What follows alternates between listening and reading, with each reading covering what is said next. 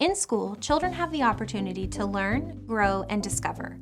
But how does a chronic health condition affect a student's education? There are many connections between health and education, and sometimes health problems can complicate students' learning. In this video, we are going to discuss a variety of chronic health conditions and the impacts they can have in the classroom. Let's get started. Students' academic performance can be affected by a variety of medical diagnoses and health problems. One category of health issues would be physical disabilities, which may complicate some classroom activities. A student can experience difficulties related to how they move, how they stand or sit, how they manipulate objects, how they communicate, or how they eat. They may also experience issues related to the physical learning environment. For example, students in wheelchairs or without full mobility can have difficulty even getting into the classroom. Students with hearing and sight impairments may be unable to receive information through these senses, while other students can see or hear but have difficulty processing this information. Some examples of physical disabilities are students who are amputees or have cerebral palsy, muscular dystrophy, or multiple sclerosis. Other health conditions, such as epilepsy, have an impact on cognitive or neurological ability. Epilepsy can affect many aspects of cognitive functioning, including attention span. Some learning disabilities are also linked to epilepsy, as seizures can affect brain development. Other conditions, such as diabetes, are linked to difficulties in areas such as memory, informational processing, attention, and executive functioning. According to the Individuals with Disabilities Education Act, otherwise known as IDEA, children with disabilities throughout the nation are entitled to a free, appropriate public education, as well as special education and related services. There are 13 categories that would qualify students for these services. Some of these categories are specific learning disability, speech and language impaired, autism spectrum disorder, or emotionally disturbed.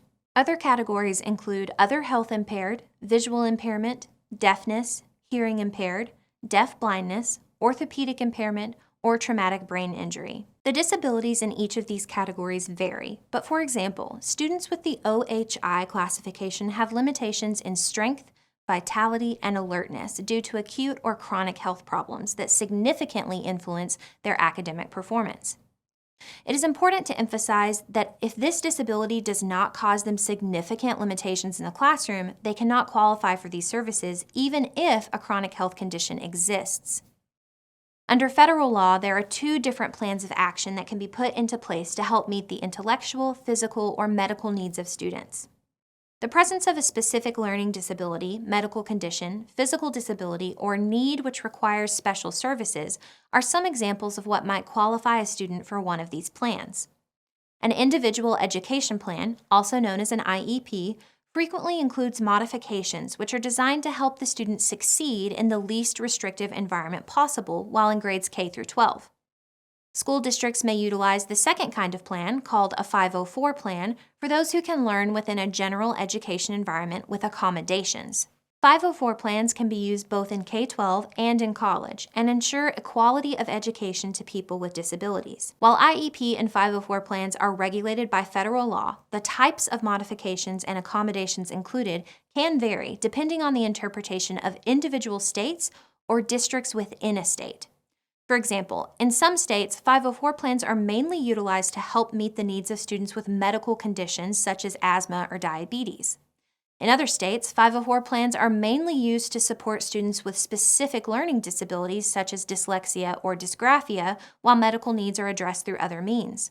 Medical conditions can cause problems in the classroom that are not as easily detectable as a learning disability. In addition to causing frequent absences, underlying conditions can also necessitate medications that may impact attention or thinking speed.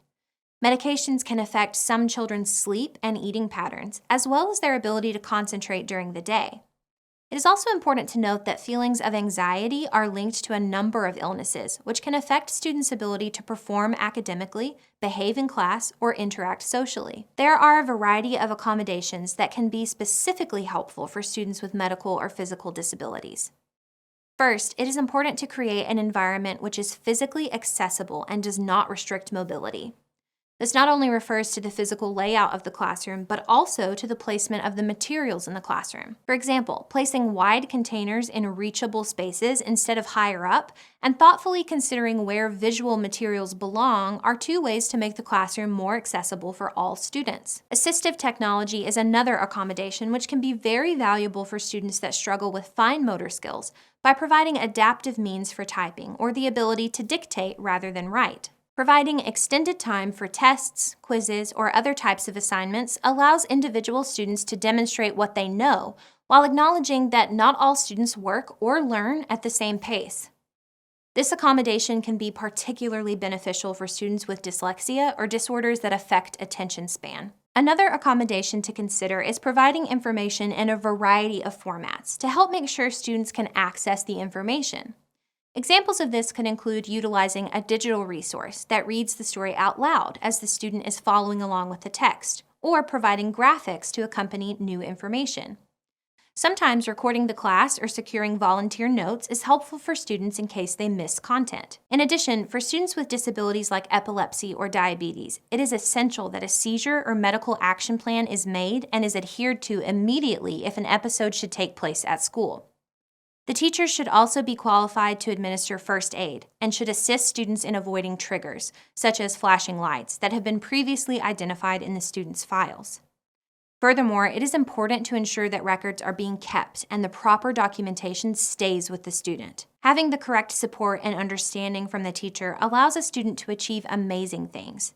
As special educators, keeping yourself up to date on your students' chronic medical conditions and how they may cause roadblocks in the classroom will allow you to support these students and provide solutions to the functional limitations that are restricting them. This will ultimately result in success for both you and your students. I hope you have enjoyed this video on medical conditions in education. Thanks for watching and happy studying.